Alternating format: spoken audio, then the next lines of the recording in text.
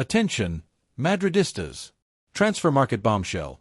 Real Madrid is just a step away from confirming the departure of young centre-back Jacobo Ramon to Como in Italy's Serie A, in a strategic move that could shape the club's sporting and financial future. Before we go any further, smash the like button, subscribe to the channel, and turn on the notification bell so you never miss an update about the biggest club in the world. Stick with me, because this story is loaded with details, hidden clauses, and real consequences for next season. Breaking news. Jacobo Ramon, a 20-year-old defender developed at Valdebebas who earned first-team minutes during Real Madrid's defensive injury crisis, has received an offer and is on track to join Como. The deal is almost done, just final paperwork and the official announcement remain. And here's the key, Real Madrid is not simply letting him go. On the contrary, the club is setting up another one of those smart La Fabrica deals that allow them to keep control of top talent even after an initial sale. Let's get to the facts. According to Spanish media reports, with Marca leading the coverage, Real Madrid and Como have reached an agreement for Jacobo Ramon valued at around €2.5 million guaranteed, plus performance-related add-ons. Madrid will retain 50% of the player's economic rights, guaranteeing a share of any future resale. This structure has become almost routine at Valdebebas. The club lets a youngster leave to play real minutes, gain professional experience at a high level outside Madrid, and if he explodes, they have priority to bring him back, or they cash in big in a later move.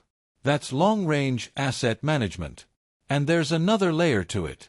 Behind-the-scenes information suggests that, as in other recent academy deals, Real Madrid inserted tiered buyback clauses. The logic is simple. If Ramon reaches a certain appearance threshold or his market valuation spikes, Madrid can re-sign him for pre-agreed fees, avoiding inflated bidding wars. For a club that has historically watched academy talents blossom elsewhere and then cost a fortune to reacquire, and you know the names, learning from experience matters. Why greenlight Jacobo Ramon's exit now? Context. Last season, Real was hammered by heavy injuries across the backline. In that emergency window, Carlo Ancelotti gave Ramon a closer look. The youngster made his senior debut on January 22 in a 5-1 Champions League win over RB Salzburg. Shortly after, in his La Liga debut, he carved his name into fan memory by scoring a 95th-minute winner in a 3-2 victory over Celta Vigo, a result that kept Los Blancos' title defense alive. In total, he logged 6 senior appearances, golden minutes for a player his age. Inside Valdebebas, word was that Ancelotti rated Jacobo ahead of Raúl Asensio in the queue for minutes, but 2 ill-timed injuries slowed the defender's climb. By the time he was fit, the door had started to close, Asensio in form, Dean Huijsen arriving, and the returns of Eder Militao and David Alaba approaching. Bottom line, a crowded depth chart. For a developing centre-back, sitting 6th or 7th in the rotation does little for growth. So why Como? Because the Italian club's sporting project has picked up serious momentum, especially under the influence of Cesc Fabregas, who's been drawing in ambitious young players looking for consistent minutes in a competitive but less suffocating environment than Europe's megaclubs.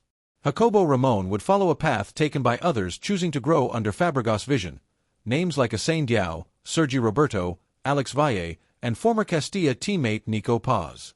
The message is clear. Como wants to scale by developing high-ceiling talent with elite academy backgrounds. Real Madrid sees that as a safe, high-visibility showcase. You might be asking, why not just loan him out? Madrid could have. But a sale that preserves a percentage and buybacks gives the club immediate, if modest, liquidity, reduces potential future wage load, and strongly incentivizes Como to play the kid. When money is committed, the buying club has skin in the game. From Madrid's side, the risk is tiny. If he becomes top class, trigger the buyback.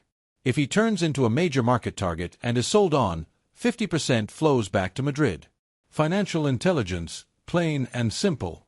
Speaking of money, so far in this summer window Real Madrid have lost Luka Modric, Lucas Vazquez, and Jesus Vallejo without bringing in €1 in transfer fees, each left at contract expiry. That's a lot of experience walking out the door, especially Modric. In that context, Jacobo Ramon becomes the first actual sale of the window. The fee doesn't transform the budget, but it signals movement. The club is beginning to generate revenue instead of watching assets disappear for free. It also broadcasts to the market that Madrid continue to manage their academy products with protective clauses. To add authority to the story, transfer insider Fabrizio Romano has already dropped the famous "Here we go," or as it's gone viral in Portuguese, "Lá vamos nós," signaling that the agreement is in place and, in transfer slang, all but done barring last-minute drama. When Romano stamps it, the football world pays attention.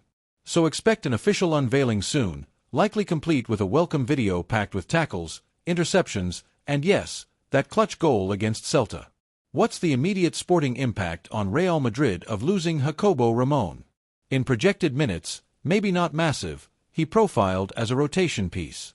But in depth terms, and as insurance against another injury wave, every body matters.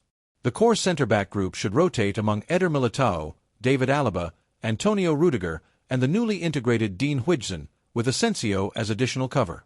If two of them go down at once, not unheard of, Jacobo's absence could be felt. The good news: the front office is looking at maintaining a live bridge to Castilla and the market to patch any shortfalls quickly, including emergency call UPS.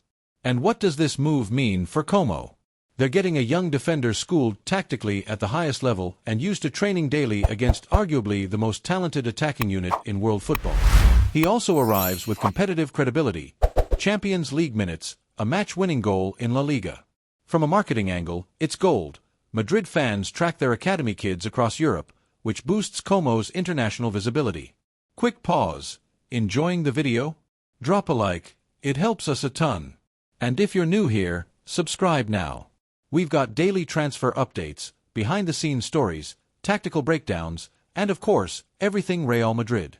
Let's dig deeper into the contract mechanics you often see in youth exits: buybacks, first refusal, sell-on percentages, performance bonuses. A buyback works like an option. Madrid presets prices across different time windows. The earlier they repurchase, the lower the figure, usually. Later windows escalate. First refusal clauses mean that if another club bids, Madrid can match. And the sell-on slice, 50% in this case, turns every minute the player logs into a potential financial asset.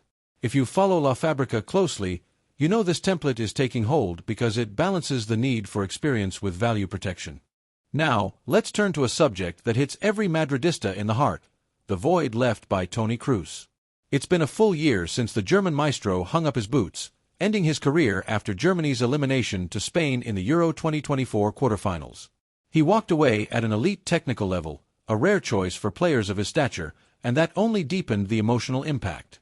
Anyone who watched Kroos control tempo, break lines with laser passing, and apply the perfect pause in chaotic matches knows there is no identical replacement. Since number 8 said goodbye, Real Madrid have struggled to control long games with the same ease, especially against teams that press high or clog the midfield. There has been some improvement under Xabi Alonso, who, better than most, understands the value of a midfield metronome, but even he has hinted that the squad still lacks a player with the positional reading, composure under pressure, and long-range distribution to unlock tight matches. Enter the new market front, the Kroos successor. Reporting linked to Daily as says the name gaining internal traction, one that could send the fanbase into meltdown, is none other than Rodri, Ballon d'Or winner and the gold standard holding midfield playmaker in the modern game. Yes, that Rodri of Manchester City, Pep Guardiola's on-field brain, a player who shields the backline, starts build-up, extends possession, and still arrives in the box. Exactly the hybrid profile, control plus physicality plus defensive reading, that could let Madrid reclaim territorial dominance without sacrificing intensity. But let's breathe. Big dream, big complexity. Rodri is under contract with City through 2027, and any move would hinge not only on the player's will but also on City's financial and sporting context and the timing of the approach. Market watchers believe that if Rodri were to push for a change at the end of next season, City might entertain more realistic numbers to avoid a drawn-out contract standoff. Even so, we're talking major money, global star bracket. There's also the medical file. Rodri is coming off a serious anterior cruciate ligament injury that sidelined him for roughly 9 months. He only returned in the closing rounds of the most recent Premier League campaign, and interested clubs, Madrid included, want to see how he handles a full competitive load before committing huge funds. Post-ACL outcomes in high-intensity midfielders vary. Some come back stronger, others require managed minutes for an extended period. That variable is central to Madrid's internal assessment. And if Rodri proves unattainable? Plan B includes elite alternatives. Enzo Fernandez, World Cup winner with Argentina, now at Chelsea, brings dynamism, vertical passing, and physical endurance. Nicolo Barella of Inter offers box-to-box energy, third-man runs, and classic Italian tactical savvy. Alexis Mac Allister, standout at Liverpool, blends positional intelligence with the flexibility to play deeper or higher. Each name implies a complex negotiation and different salary bands, but Madrid's scouting department is actively monitoring all three as modular pieces for the post-Kroos era. Internally, Xabi Alonso is also sketching squad solutions should a marquee signing be delayed. Aurelien Tchouaméni can shoulder the initial distribution phase with structural help from Ferland Mendy inverting build-up on the flank, something tested in training. Eduardo Camavinga brings progressive ball carrying and immediate counterpress. Fede Valverde adds range and a threat from distance. Jude Bellingham, though more advanced, can drop into the first phase to create numerical superiority when needed. None of these perfectly replicates Kroos. No one does, but in combination they can create situational tactical mosaics. At the same time, Real Madrid are navigating a summer of deep squad adjustments. Zero fee departures, Modric, Vasquez, Vallejo, force the club to balance payroll and replacements. The Jacobo Ramon sale, modest as it is, symbolizes a more surgical approach in which every asset is managed deliberately. Within that puzzle, the pursuit of an elite midfielder has to coexist with financial fair play math, Galactico-level wages already on the books, and positional priority calls. If the right opportunity appears, Rodri under favorable conditions or another top-tier option, the board wants to be ready. Industry sources across Europe believe that any serious Rodri operation, should it advance, would have to open in the 9-figure euro range, likely structured across installments, performance bonuses, and maybe player components. Nothing formal yet, but the fact the name is active in internal discussion shows the ambition of the sporting project. Failing that, Madrid could pivot to a two-piece solution, a versatile midfielder plus a high-upside youngster, echoing the forward-looking control scene in the Jacobo Ramon deal. As we wrap up, I want your take. Is Real Madrid right to sell Jacobo Ramon while holding 50% of his rights and layered buybacks? Would you bring him back if he explodes in Italy? And about replacing Kroos, is Rodri worth a mega investment even after a major injury, or would you rather the club move for Enzo, Barella, Mac Allister, or trust the evolution of Tchouaméni and Camavinga? Drop your opinion below. You help shape future videos and debates on the channel. If you enjoyed the breakdown, hit like now, share this video with that Madridista friend who lives the transfer market, and don't forget to subscribe. Every subscription helps us keep delivering insider stories, tactical analysis, and real-time transfer updates. Thanks for watching, Madridista. See you next time with much more Real Madrid news. Hala Madrid and nothing else.